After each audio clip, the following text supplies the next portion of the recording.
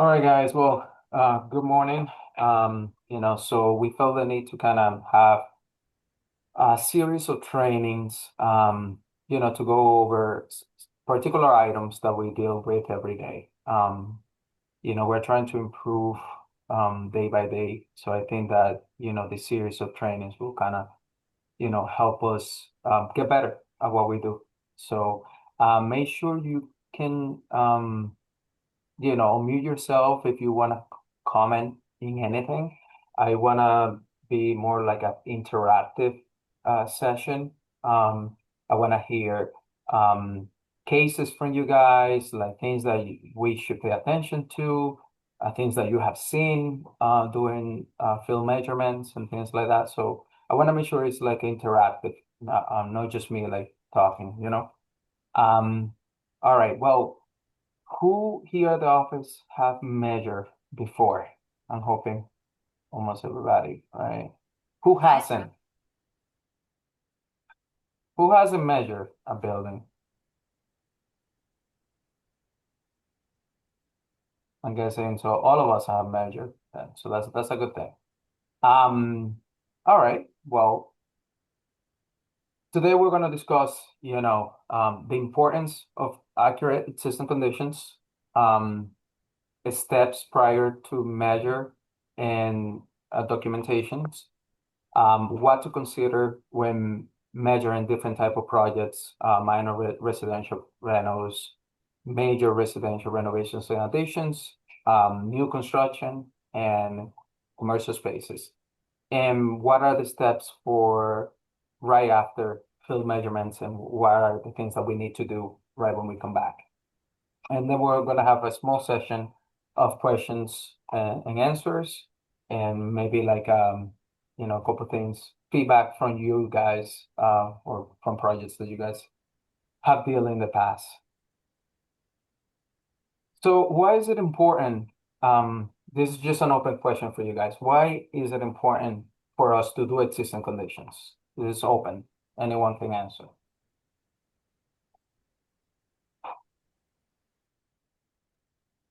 Because we need to know the parameters, constraints, and any trouble so that we can better do a proposed design.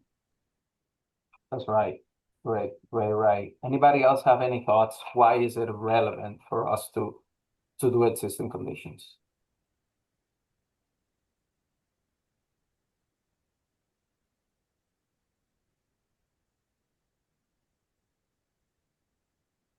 Anybody else have any thoughts?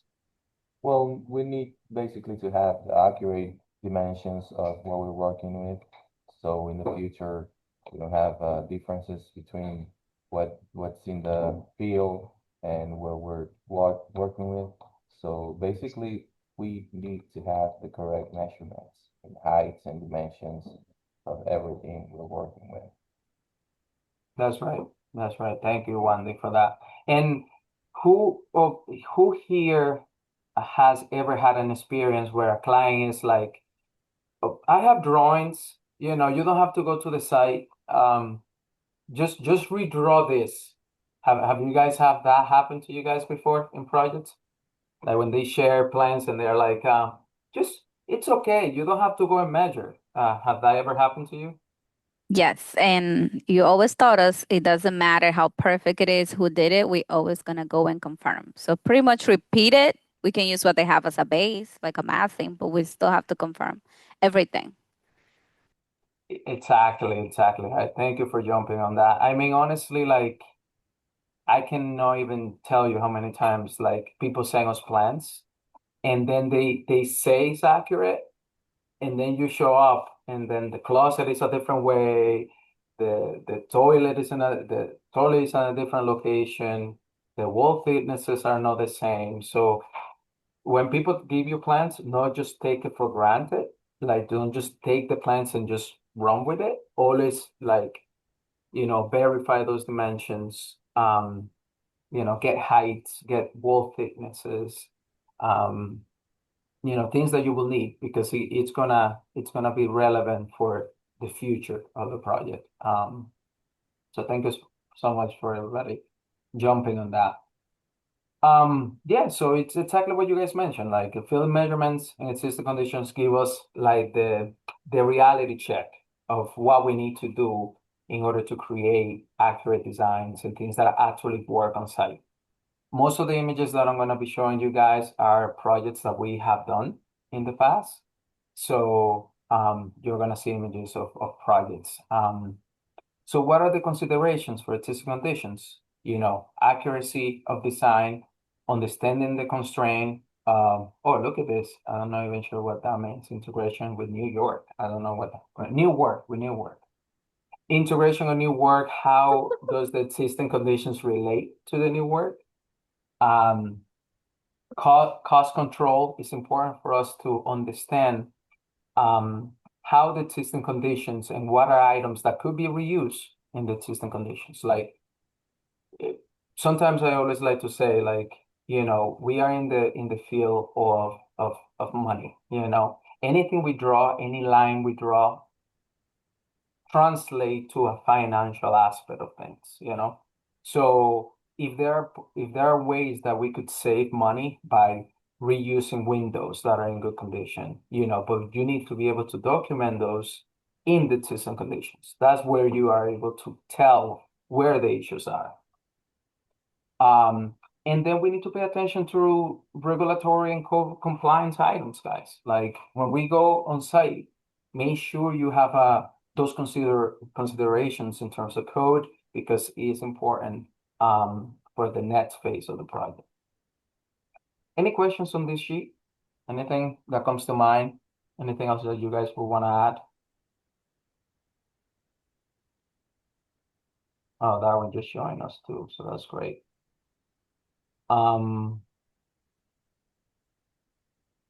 So what are the steps prior for us to go and measure? One of the major items is please make sure you read the contract. You understand what the project is all about.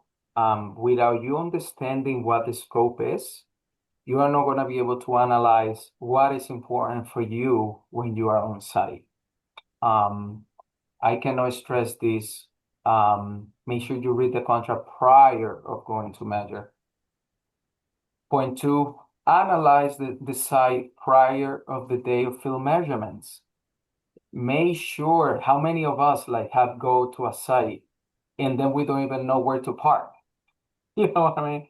Like you need to think about these things. We measure a site, I measure a site in Revere. And I remember parking on one side that it was residential only. And before I was finished measuring, the lady with the ticket were just approaching to the car. And I was like, oh my God, she was like, oh, I was about to give you a ticket just because you didn't have the resident parking. So those are things that make sure you analyze how you have to access the site.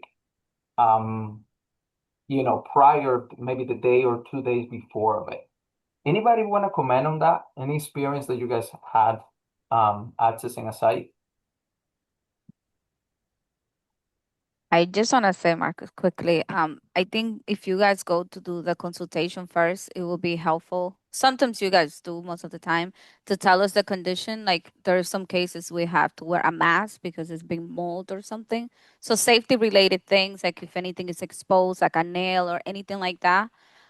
It doesn't mean that the place is in construction, but sometimes the condition is deteriorating. So it'll be helpful to inform us so that we better prepare. And Okay. this goes back to that kickoff meeting that I've been talking about. That unfortunately it's not happening personally with me as much as I wish because of timing. But all projects are different. Some projects get signed and we just see photos online and we know the client and we know we're gonna see it better when we go to the site. Not all of our projects even have consultations. Like sometimes it's just a quick call. We know the client, we know it's a flip, we know it's this or that, and that's how it goes. So I think it rests on both the designer and the principal in charge to initiate that conversation. Hey, listen, I'm gonna go to the site. Do you have 5 minutes to talk to me about this? What should I expect when I go there? And I want to continue to emphasize that two-way street. If I'm not giving you what you need, you can also ask for what you need. And you can deny to go because you're not ready. It's not ready. Darwin, I do not know enough of this project. The contract is not clear, and I cannot move forward until I get that clarity. That could be also to Marcos. That could be also to Wandy, who is part of the leadership team. I do not have clarity into what it is that I am doing, and I am not going to be able to go there because it's not going to be smooth. It's not going to be correct because we know better now. All of us at Flow know a little bit better by now. So it's a two-way street. And not all projects, like I said, come the same way. Some of them it's just a little form that they fill out online. And I know the client. So we may not have photos, we may not have the conditions. We can also call the client. You can also call the client. All right, so I'm gonna go measure tomorrow.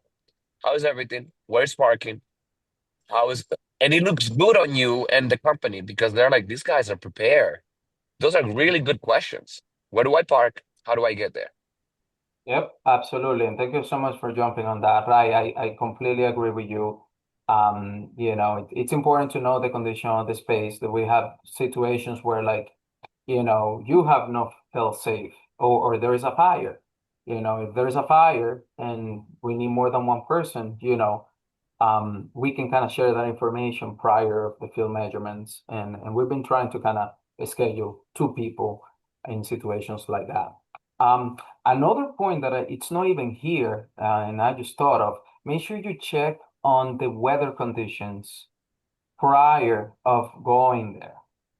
Maybe a couple days prior. If you know it's a space, you need to measure it exterior. Make sure it's not raining. Make sure it's gonna be snowing. Like all of those things prior of going to measure. Make sure you analyze it and you look ahead. Very, very important. Point number three, print all the necessary documents and have all contacts.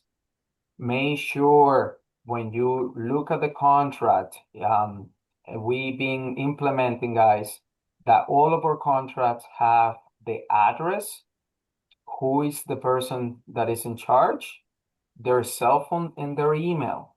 Make sure you have their contacts because what had happened many times is that we get a call. Hey, Marcos, can you send me the information of such and such client?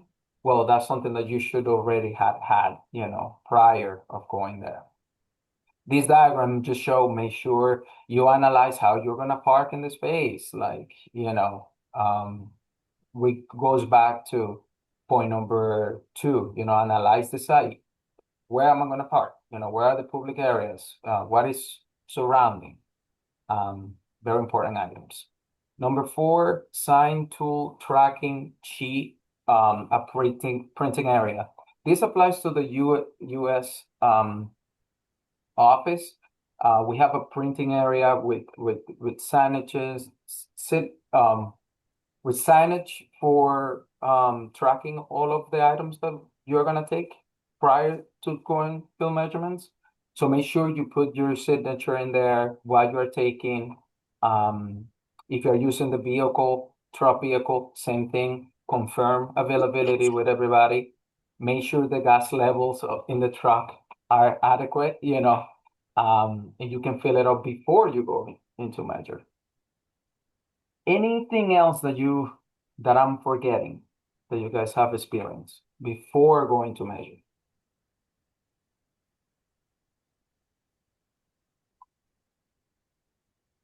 Anything that comes to mind besides that? Did I miss anything?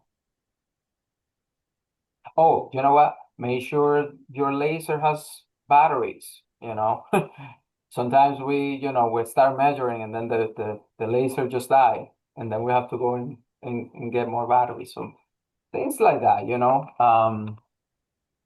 make sure you have all the things that you need prior going to confirm the dimensions. And this goes back to also, we do have a checklist that we've provided to all of the new staff members. I don't know if I've shared it with Kevin yet, but that checklist goes into all of these items too. This is reinforcing that. When you're massing, or if Kevin or someone else did the massing, you can communicate with them into what's the best way to measure this to be efficient. Because sometimes there's not enough time. It's rushing. We cannot be rushing this. We cannot be, it has to be thorough. It has to be cohesive. It has to be complete. So as you check the massing and check what you're gonna do, think on the best possible way of doing it to be efficient. So it's even prior to going there. Like, okay, I think I'm gonna do that. I think I'm gonna do this. Go to Zillow. Go to the assessor's website. There's a lot of tools so that the key is to be familiarized enough so that when you go in there, you get the job done and leave very smoothly. Like, no questions asked. I did a great job and I don't ever have to come back because we do not want to have to come back and verify existing conditions either. Refer to previous videos on existing conditions post reporting too, because we do go through it detail little by little, little by little. Existing conditions, guys, are the foundation for a successful project. If the existing conditions are wrong, everything else is wrong. So we have to really make sure this is correct. Absolutely, absolutely. Um, so, now we're gonna move into what are major items that we need to pay attention depending the kind of project. And I please, I want you guys to share information, please. We all have major projects before, so I want to make sure that all of you share information. So I put together this presentation, thinking of major things. If you think about other items, please make sure to raise your voice. While measuring for minor renovation projects, when I think of minor renovation projects, I think of basement, renovation of a basement. I think of, kitchen, open concept kitchen living. Those are things that we do all the time. Minor renovations like paint, finishes, maybe some new windows here and there. So when you are doing that kind of project, this is some of the things that we need to consider. And I'm using a project that we have done in the past in West Roxbury. This project was basically the renovation of an existing basement in order to create a family room, basically in this area here. The building was basically brand new, perhaps maybe like 2 years old. And we got hired to go confirm dimensions and do a proposed plan for the right side of the structure. So when I went in there, I first of all, like I do want to advise you guys. Sometimes I like to let the clients know, hey, this phase is all about existing conditions. Sometimes like clients like to chat. Make sure you kind of let them know like, hey, after I'm done measuring, we can sit down and kind of go over the field measurements and go couple aspects of things. Don't don't just start talking and then like be like, oh, now I'm rushing the field measurements. You know what I mean? Make sure you take your time. Very, very important. And there So is an email, Marcos, that we have that's a standard where I say the team is not there to discuss design options or conditions. The team is there to do thorough measurements, and we want them to be accurate. Please do not distract them. Like I literally in a very nice way says, don't bother them. And I prep them. So go back to those emails because all of this is tied together as a company. We have everything's in there. It's like, well, because we fix everything every single day. And it's important that they know. You respectfully can say, ma'am, I'm really glad that you're excited about this project. I do need to get these measurements done. We can discuss anything you want later. Or maybe, hey, I'm only assigned this portion of the project. I will make sure that I relate anything I hear to the team, but it's best if you put it in the envision. There is an envision template that you're gonna get. Everybody needs to be talking envision here. Everybody needs to be talking the same talk so that they all understand. These guys know exactly what they're doing, and you don't get distracted. There's a lot of distractions, so don't get distracted. yes, absolutely. Please, respectfully. Of course they will wanna share their lives and oh, how long have you been doing this and that kind of thing. Yeah, you can spend a couple minutes. Maybe you do it right after, after you're completed with the field measurements, but don't get distracted. It's um make sure you pay attention what's around you. Like if they have animals, if they have cats or dogs, make sure you ask them, hey, by the way, I'm gonna go and measure this portion of the house. I noticed that you have a dog. Is the dog friendly? If you're allergic to animals, make sure you pay attention to those things. Very important. So for minor renovation projects, there are many considerations that I want you guys to pay attention to. Number one, document all wall thicknesses. Not all walls are the same. So you need to confirm that the wall thicknesses throughout the entire project. If you notice that a wall is a little thicker, make sure you note those things. Sometimes what I like to do is that typically renovation projects, in residential projects, they use interior walls 2x4. I don't specify that wall is 2x4, but any other ones that are not 2x4, then I specify. If there is a plumbing fixture, a wall that is, hey, I noticed this was a little thick. Like, I don't know what's going on. Specify those walls, please. But before you even get into that, I like to walk around the property first. Don't draw anything. Just walk around the property, understand your boundaries, understand how the space is being put together. Go outside and walk around. Make sure like what I'm seeing in the interior, how does it relate into the exterior? There are situations where like what you can see in the interior is not really what's happening in the exterior. So make sure you like understand the space first. I like to kind of sketch the space first and then I measure everything. Um, I was gonna add, Marcos, that maybe, they themselves create their own checklist of what I'm doing. And that even involves I'm gonna use blue for walls and red for this. I'm gonna use black for this. Even the colors you're gonna use to sketch it. Do a little legend and make sure that you thoroughly create that. It's like I need to get photos of the outside, photos of the inside, videos of the outside. Maybe specify something that's funky that I will not remember. Oh, wow, look, this is not this way. It's very important that you thoroughly check all of those items and create your own process.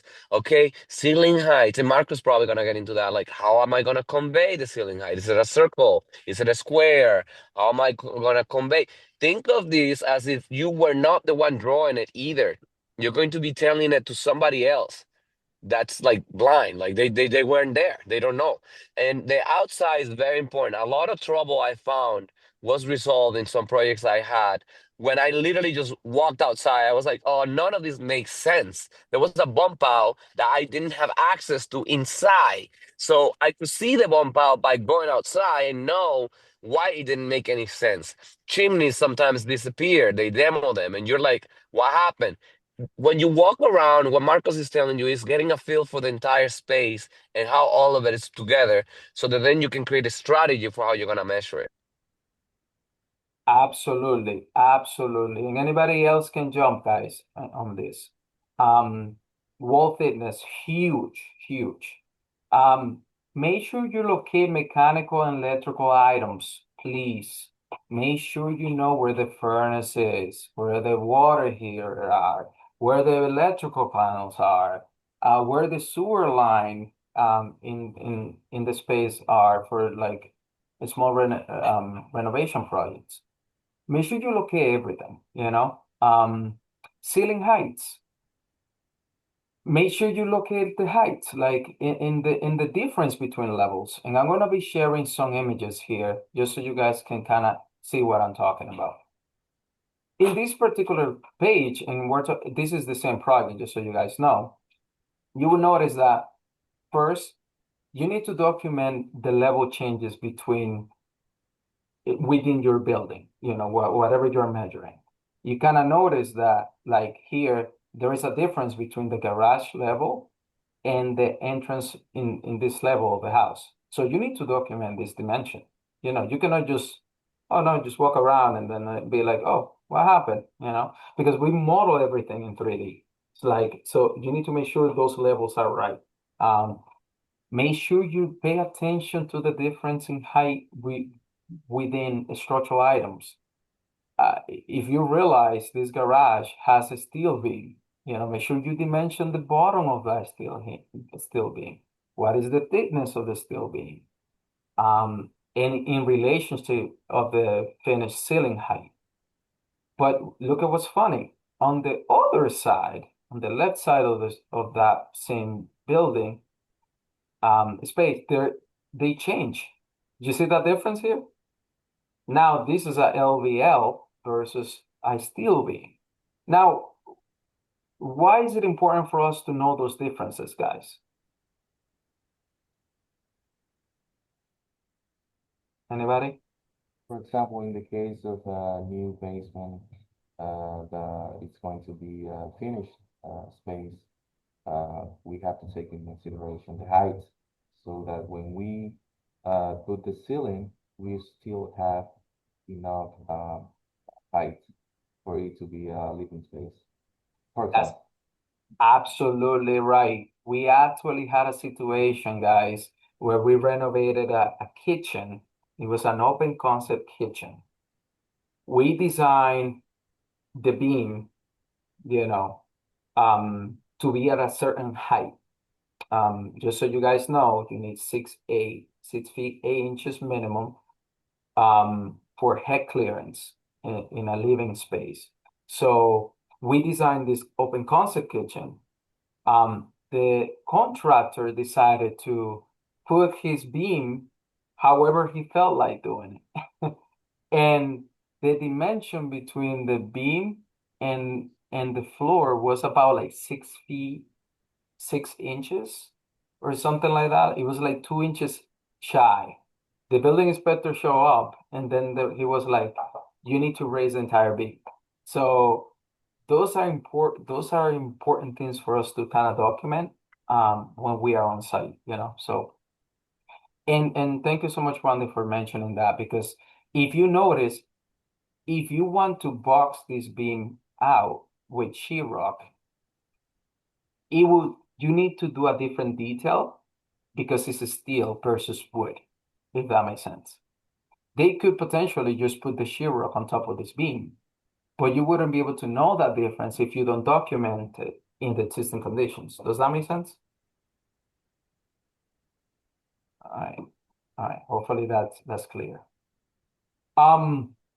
Major things in basements, guys. Make sure you locate where the water connections are, where the sewer, the pump, sub pump in the floor. Why is it important for us to document where the sub pumps are in a basement when we are trying to renovate it?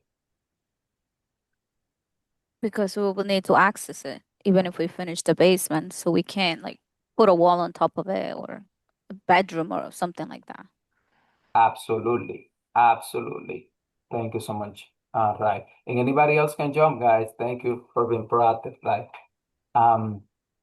Yeah, make sure you locate where the sub pumps are. Like, make sure you locate distances, between this is a sewer line that is going all around the foundation. Make sure you dimension how far that pipe is going from the foundation. Why is that important? Why?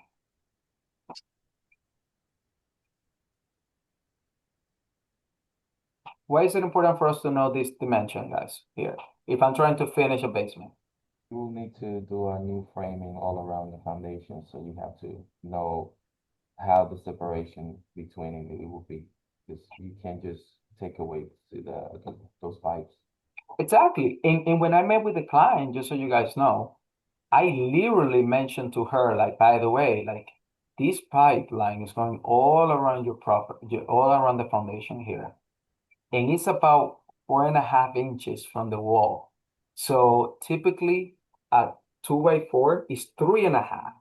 So what we might need to do is that we need to push the framing a little bit more in order to enclose that plumbing situation. So if you don't document that in the existing conditions, then you wouldn't be able to know what to do for the proposed. So make sure you pay attention to those things. We already discussed about the level change. We talk about the ceiling heights. Document all windows and door locations. And this is, make sure you measure to the sill, window sill, how wide. Typically, we start with the width and then the height, and how high it is from the floor. Those are major things. Make sure you document where you are taking the height from. You need to be specific. 7 feet 5 inches bottom of floor joist. Floor joist. If you don't know what a floor joist is, we're gonna go into in depth, but you need to make sure you document where you're taking the dimension from. Sometimes if you don't have insulation in here and you dimension right to the top of the joist, you need to specify what that is. And specify what the floor joists are in this particular item. And once again, I'm talking about basements. If you're doing a first floor, it's the same condition. You just need to specify where that dimension is taken from. Make sure you document the electrical panel locations. Furnace, I just mentioned it before, but why is it important to locate the electrical panels? Have you guys had to design like a finished base with an electrical panel in it before?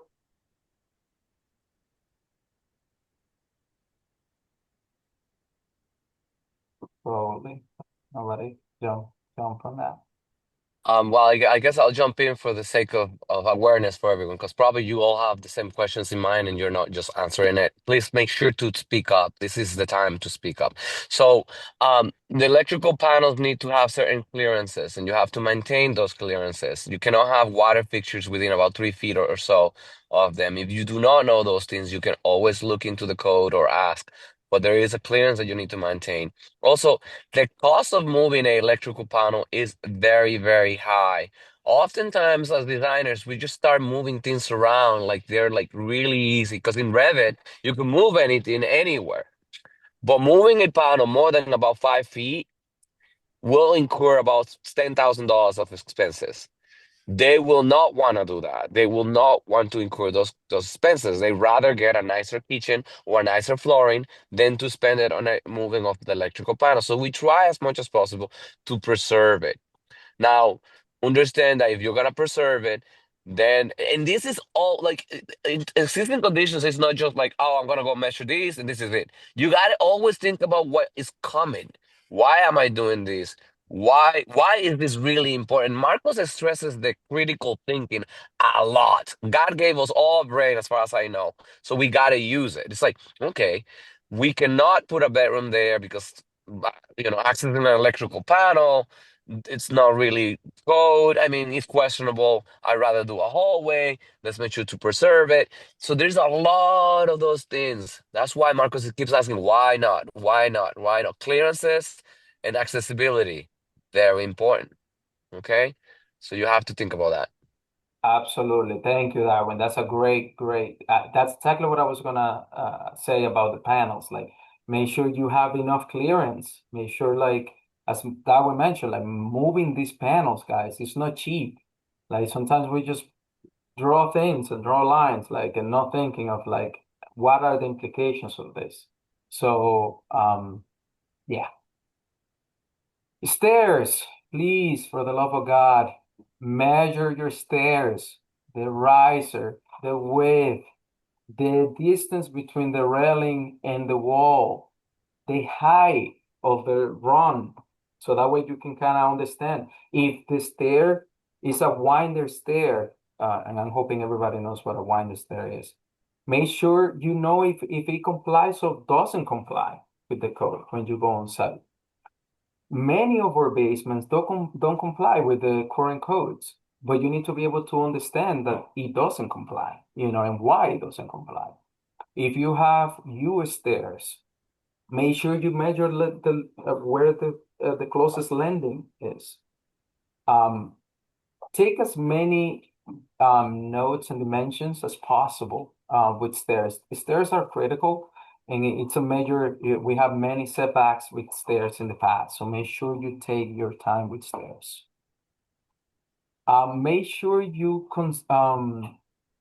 document conditions like this, where like if your foundation go to a certain height, make sure you have a detail in your existing conditions that kind of show that condition. Because what's gonna happen in that is that if you do the framing and you're gonna do it here, you know, what, I'm gonna sketch it so you understand it. If your foundation is going like this and it's a certain height, and then you have another wall that is just wood, and you just go straight. If you know that your plumbing that we just discussed before is somewhere over here on your existing wall, foundation wall, like whatever you do here, guys, you need to document that, because what's gonna happen is that the builder, it's not gonna build a wall that goes straight. He's not gonna waste that space. He's actually gonna just go back or back to this. He's literally just going to build a wall to where the top of that foundation is, and then he's just gonna do either a seal, a piece of wood, or maybe it's sheetrock. Maybe he put another piece of wood here too, and then just sheetrock everything, and then that continues into your interior condition. So, but those are things that you need to understand. But if you don't document it, then you wouldn't be able to know how to solve it. Does that make sense, guys? So let me just continue with this. Yeah, make sure you document conditions like this. Do a little section, do a little detail, you need to be able to model this and really understand what the conditions are.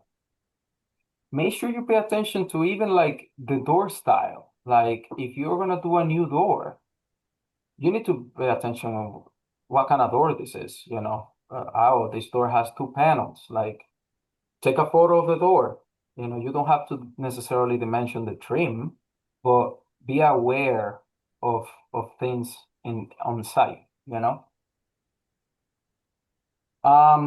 When you're dimensioning, please round to the nearest quarter. We don't need like 1/16 or 1/32 or anything like that. 1/4, just round it. Analyze code compliancy, which is what I just mentioned with you guys before with stairs, and things like that. Be alert. Analyze the possibilities of the space. Don't just be like, oh, I'm just walking here, I'm just measuring, not paying attention to anything. Be aware of, all the spaces and how it will be important for you in the future. I wanted to say a couple of things on that end too, because we haven't gotten into it, but also document things that look like trouble. What do I mean by that? Foundation has a big crack in it. There's a problem here. The beam in the center of the basement that you see above that supports the floor has a splice, it's kind of broken into pieces. Document that.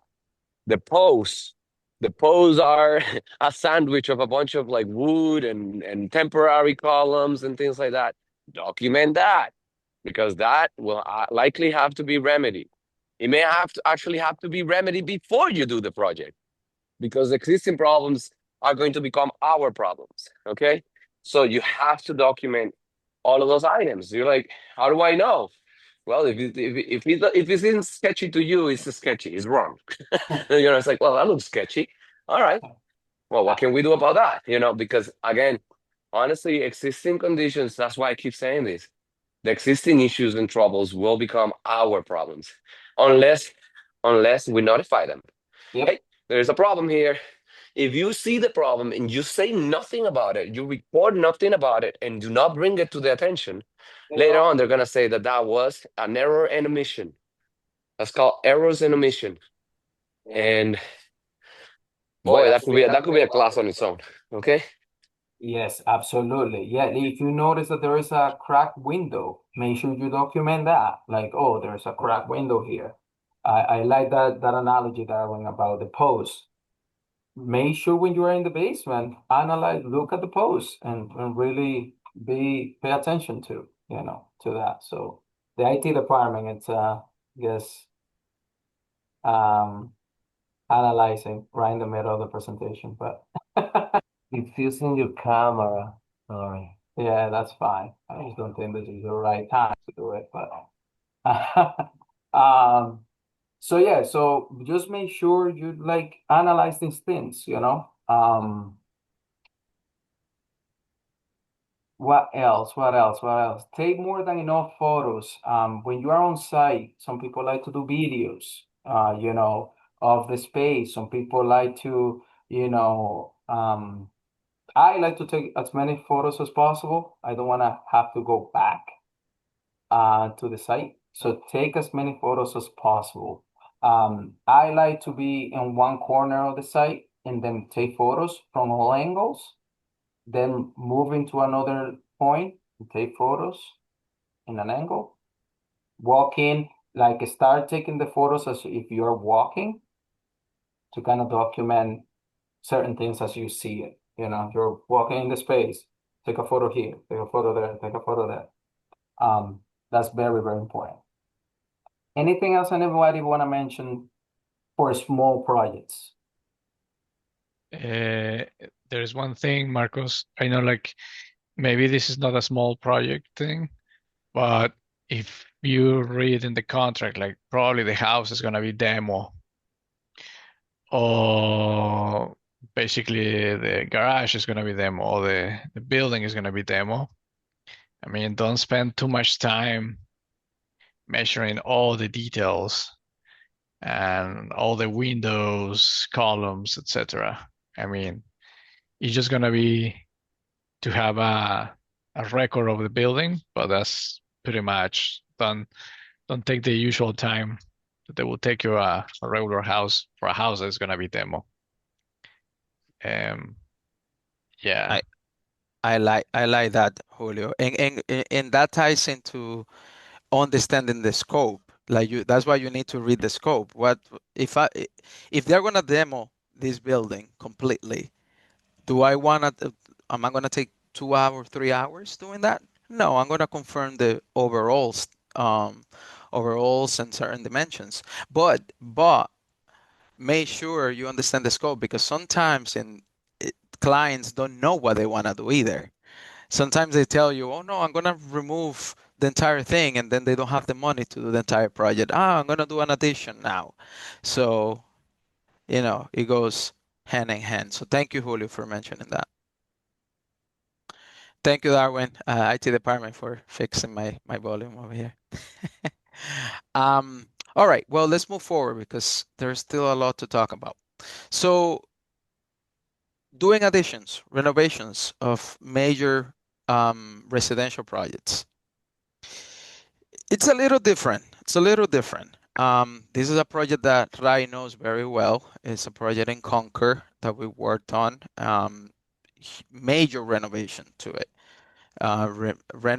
We basically demoed the garage, did an addition at the front, did addition at the back, on the side, 3-car garage. Huge, huge, huge project. So what are some of the considerations? Same things that we learn for smaller projects applies into larger projects. Make sure you dimension the thicknesses of the walls. Make sure you understand what is the exterior of that wall consists of. Make sure you get the height, floor to floor heights, the bottom of your ceiling. Make sure you dimension, the thickness of the floor joists, and things like that. But in this case, when you're renovating more and you need to do additions, you need to also analyze the surroundings. You need to pay attention of, hey, as the owner, is this property on city sewer or and water, or is it a septic and water well? Why is that important, guys, when you are doing additions to existing homes? Why is number 3 critical? Because I think when we have to do if they have a septic system, that limits the amount of bedrooms that we can do and bathrooms. So we have to like basically go according to that. Yes, absolutely. A septic system, guys, to upgrade a septic system could be anywhere between $15,000 to $25,000. It's not a cheap thing. So you need to make sure you like ask the owner, like, hey, I know you want to do an addition. What are you looking to do in the house? Oh, I want to add this many bedrooms. By the way, do you have septic and a well, or is your house connected to the sewer and water from the city? Those are critical questions that we need to make sure we know. And I'm pretty sure Darwin could even jump on that too. For sure, you have to know that. You could also see it on the property card sometimes. So when you go, you will see some of that on the assessor's website, and it will help you limit, understand how much you can actually do. You will look very much professional when you know these things too. Like, hey, have you upgraded the septic system? Because if you are on your own water and sewer, you will have to likely upgrade it to add more bedrooms, and you can begin mitigating how you're gonna design this. Now, all of these things are not things that you're born knowing, and I want to exercise or stress now the fact that most of us graduate college and we think we're ready to make money and that life is great, but honestly, you just started. Like work and learning just started as soon as you get out. In fact, we're here at Flow waiting for you to get out of school if you haven't, so that you can start learning. This session is for you to actually really start learning. So a lot of the things you will not know, you'll watch this and listen to it 10 times and it will not make sense, but eventually will start because you're like, oh, it's easy for Marcos to know that we need to know the septic because he's done it a million times, but you're gonna begin to understand those things. We were not born knowing it either. So you're gonna, anything that you also listening here that you're not sure, maybe you feel shy to ask the question here now, track the questions and ask them directly to me and Marcos and somebody else. Please, we're not doing this training because it's fun. We're actually paying you to listen because it's critical that you do this for our own, like, I cannot stress it, livelihood. Like if we don't learn these things, we're done. Like we really need to learn it. So I don't want to be negative. It's just because if you don't think this is important, you will really not register it. But if you know it's important, you were like, oh, I'm gonna learn this. What is a septic? What is wire sewer? Why? Okay. Because also you may do an addition. That's another thing. On top of the septic system, you cannot do the addition on top of the septic system. It's not just limiting the amount of bedrooms, but also the fact that you need to have certain clearances from a septic system of about 10 feet or so. And I actually had a photo so you guys understand what we're talking about. So if typically when you go on site and you notice like patches, like, oh, there is a big patch and the grass doesn't grow, most likely there is a septic somewhere in there, or there is a leach field, or there is something that is not allowing the grass to grow. So when you see situations like that, make sure you ask the owner, like, do you know where the septic is? Because it's going to affect you in the future. So,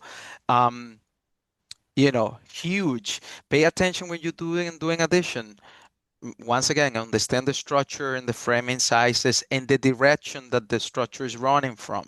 And I'm gonna show you guys a photo soon about it, but pay attention about the exterior boundaries, and this is what we're kind of talking about. Make sure you understand what is around the property. Make sure you locate, oh, I have a wall sconce. Let me document where that's located. Make sure you get heights, of all these conditions. Make sure you pay attention to these things. Make sure you pay attention of the ground elevation to the first floor compared to the rear of the building. They might not be the same. Make sure this site is pretty much flat, but not all sites are flat. So make sure you document those things, because then we need to kind of show if it is not a flat site. We have max height that we need to comply with. But if you don't know what the difference between the front elevation and the rear elevation, then you wouldn't be able to delineate what your middle line grain is in order to understand what your mat side are. So those things are very important, guys. So that's why we kind of mention it. This go back into what I was talking about. Make sure you document footings, distance between the columns. Very important. Document what kind of columns are. Is it 3.5 inches round still? Document the height of the beam. Document how big the beams are. Document the bottom of the joist. What kind of joist? What is the direction that the joists are going? Pay attention to the structure. Is it in good condition? Pay attention of things like this. Like, look at that. That's a boulder. That's a huge rock that they couldn't build on. They couldn't remove it because it was too costly to do that. So you need to know that. And honestly, when we did the addition for this property, we actually had to build on a boulder, to be able to do a slap on grade. Those are things that you need to kind of pay attention to when you go to sites. If the client comes to you and they're like, oh, I want to do a living area in here, you can kind of see that the height, you are limited by the height. And by looking at the boulder, excavating this will be almost impossible. So this is something that you should be able to kind of document quickly when you're on site to be able to have a response to the client. Does that make sense, guys? All right. In the interior, make sure you document where the sinks are. Do your counter. If you know that you're going to remove the counter, it's okay, but make sure you show in your existing conditions, like how the counter is laid out. If it is a U, make sure you show a U in your drawings. Make sure you somewhere document that this wall has some wall panels, wood panels. Now, guys, why would it be important for us to document that there are wood panels in this room? Why is that important?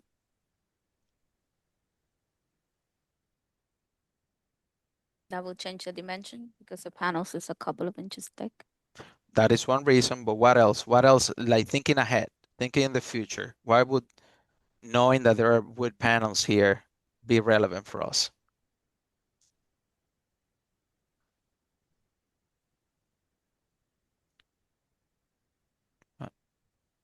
Well, anybody?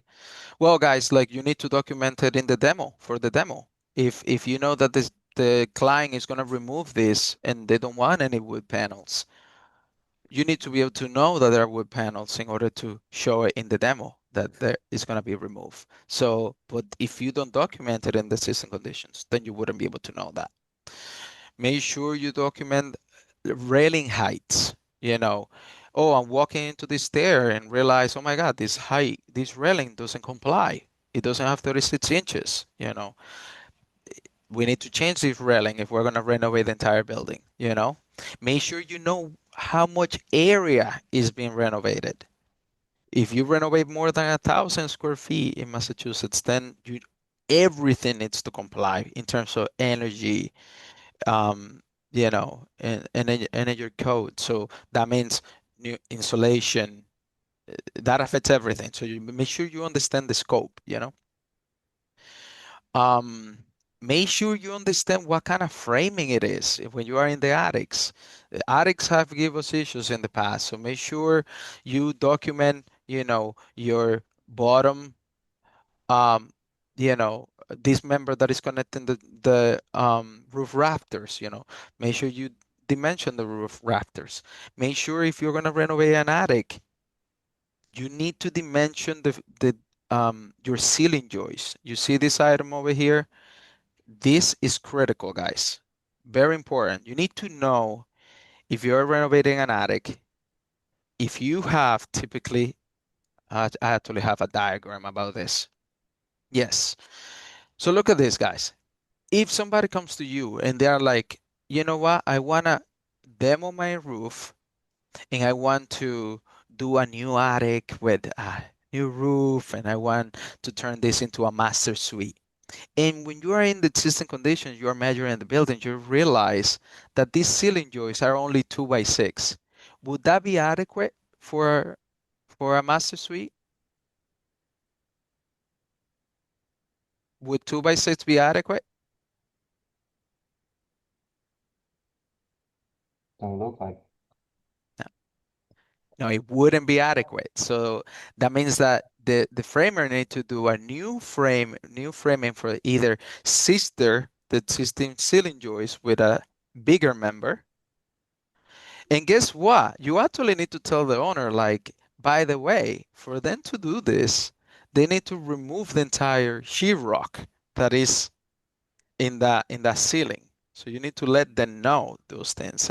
But if you don't understand it, then it doesn't, you wouldn't be able to document that. So that's the relevance of knowing that dimension here.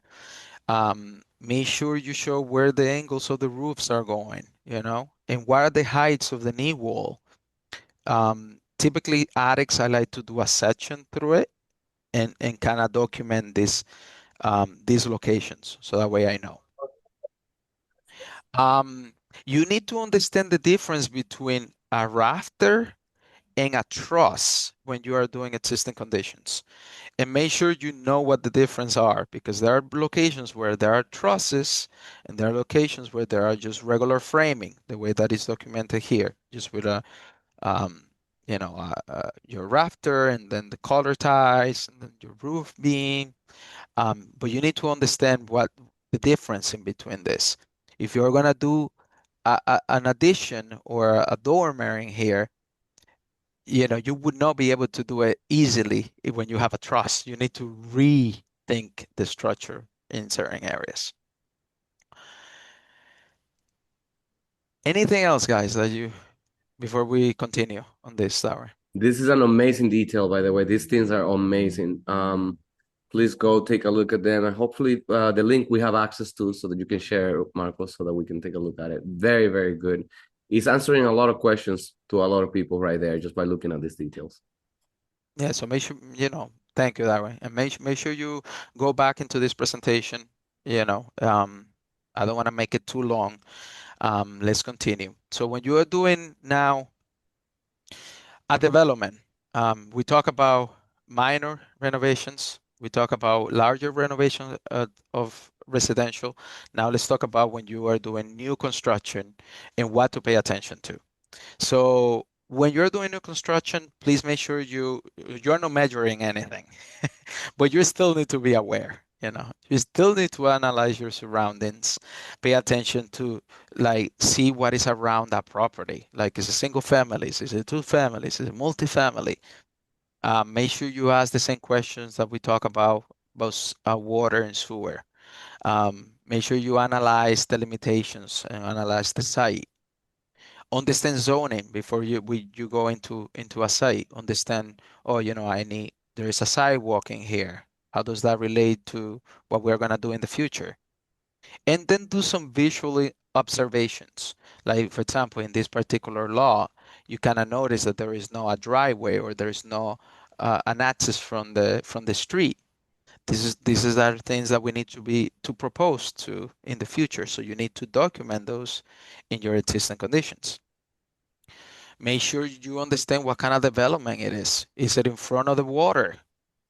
Many of our properties, if somebody comes to you and they're like, oh, I want to do this waterfront.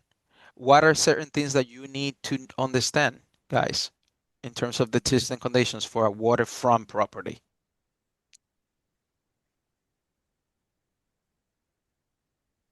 Anybody can jump. Wetlands. I don't know if you can hear me. Yep. Wetlands. What else? Wetlands is one thing, but the wetlands can happen anywhere. It doesn't have to be on a waterfront. But waterfront locations and sites, what are major things that we need to consider? Anybody? Flood zones, like the flood elevation. You need to ask the client, like, hey, do you have a site plan, have a civil engineer have done a topo of this law, all of these tie into existing conditions, guys, and analyzing the site and analyzing your constraints. So you need to be able to understand that, and you need to ask it to the client. Like, by the way, you need to hire a civil engineer that give us what our flood elevations are, so we know at what level the first floor needs to be. Those are things that we need to understand, all right, when we're doing new construction. Same thing, what is around your property? Is it a corner lot? One day, I don't know if you remember one property that we did in Peabody where like it was in the corner and we needed to analyze what is the setback. Oh, by the way, it's in a corner lot. So your setback is you actually have two fronts. You don't have one front, you have two. So those are things that you need to kind of document, and analyze it prior of doing any design work or anything like that. Does that make sense, guys? All right, that's new construction. We're almost there, I promise. All right, Marcus, commercial projects. Yep. also for new construction, sometimes you already have a curve, an existing curve. You might need to take that in consideration so you don't have to ask for a new one. Maybe you can use the existing one, even though there's not a driveway, but you have the curve. You can give use to that existing. That's a great. Thank you, Wanda, for jumping on that. We actually did a project for Harvard University, and it was to demo an existing building. But when we walk around the site, the city of Boston actually made Harvard change the sidewalk, change the what you just mentioned, the access point from the street, change like the connection between the street and the sidewalk. But if I didn't document those things early on, we wouldn't have known the condition of it. So you need to expand, you need to walk around the site, understand what are the limitations and what are things that need to be fixed. So thank you, Wendy, for mentioning that. All right, let's move on. We're almost done. All right, commercial projects. Commercial projects are a little different, guys. And I want you guys to really, really pay attention with commercial projects. The liability is much higher. And Nicole, you can jump on this, please, anytime. I think you're one of the persons that have more experience with commercial at this point at the office. So make sure you jump on that. So this is a project we did in Springfield for a new tropical smoothie. You need to understand that commercial, as I mentioned before, has more of a higher liability because the people are going to access this space. The public is going to access it. So the liability is much higher. So I recommend you taking either double the time doing existing conditions for commercial spaces, or at least 50% more of the time that you're thinking that you're going to take for commercial spaces. Why? Because you need to document things like, you need to analyze what kind of construction it is, what type of construction it is, what kind of building it is. Is it done in wood? Is it done with steel? Is it concrete? And all of that, you need to understand when you do existing conditions. What kind of space what is the space used for right now? And what is being proposed? That is huge, critical. Why is that important, guys? To know while doing commercial spaces. Why is it important to know what is the space being used for currently?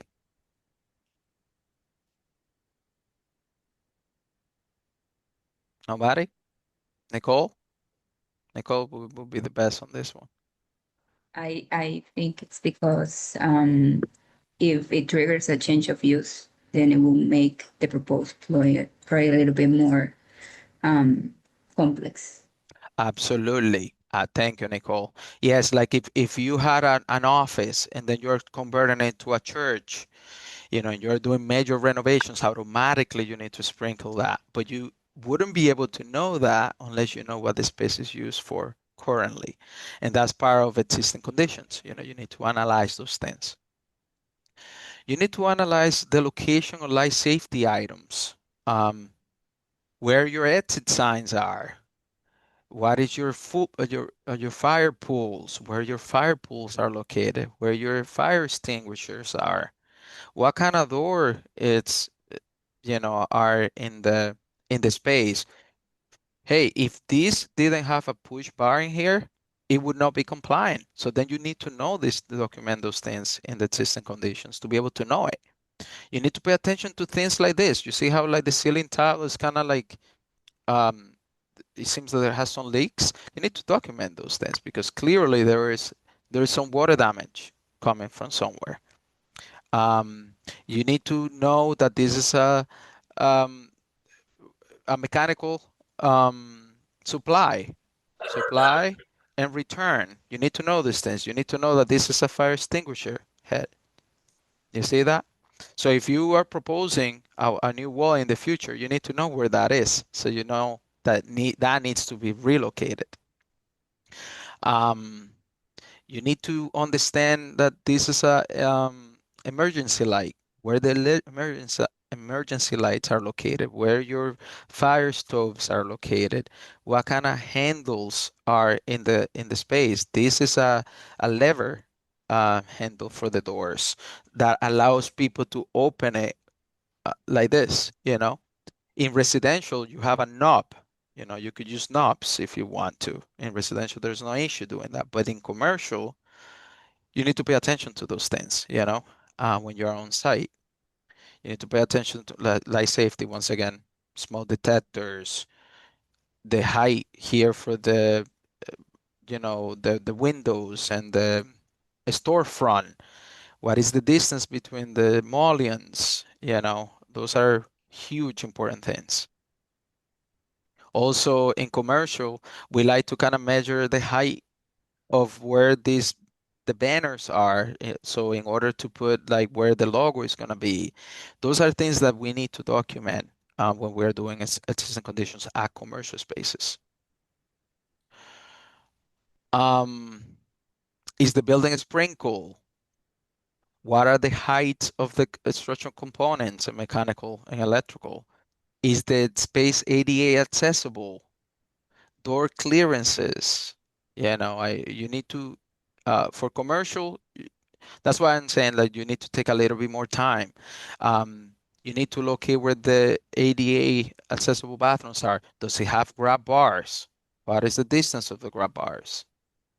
What is the height of your sink? Because if they want to reuse this bathroom and you're renovating it, you are required to make it compliant. But you wouldn't know if it is compliant if you don't document that information. Does that make sense, guys? All right. Commercial, make sure you locate where fixed items are, like cabinets. In commercial, you need to make sure you document where fixed cabinets are, where sinks are, and what is above too, very important. When you do mention heights, don't dimension to the ceiling tile. With commercial spaces, dimension it to the grid. The grid is a more secure straight line versus if you do the grid. The ceiling grid has little bubbles in it that wouldn't give you an accurate dimension. So just make sure you dimension to the grid. Typically, we like to do RCPs, existing reflected ceiling plans for commercial spaces. So make sure you document those things and where they're located, where the lights are. They 2x2? Are they 2x4? Et cetera, et cetera, et cetera.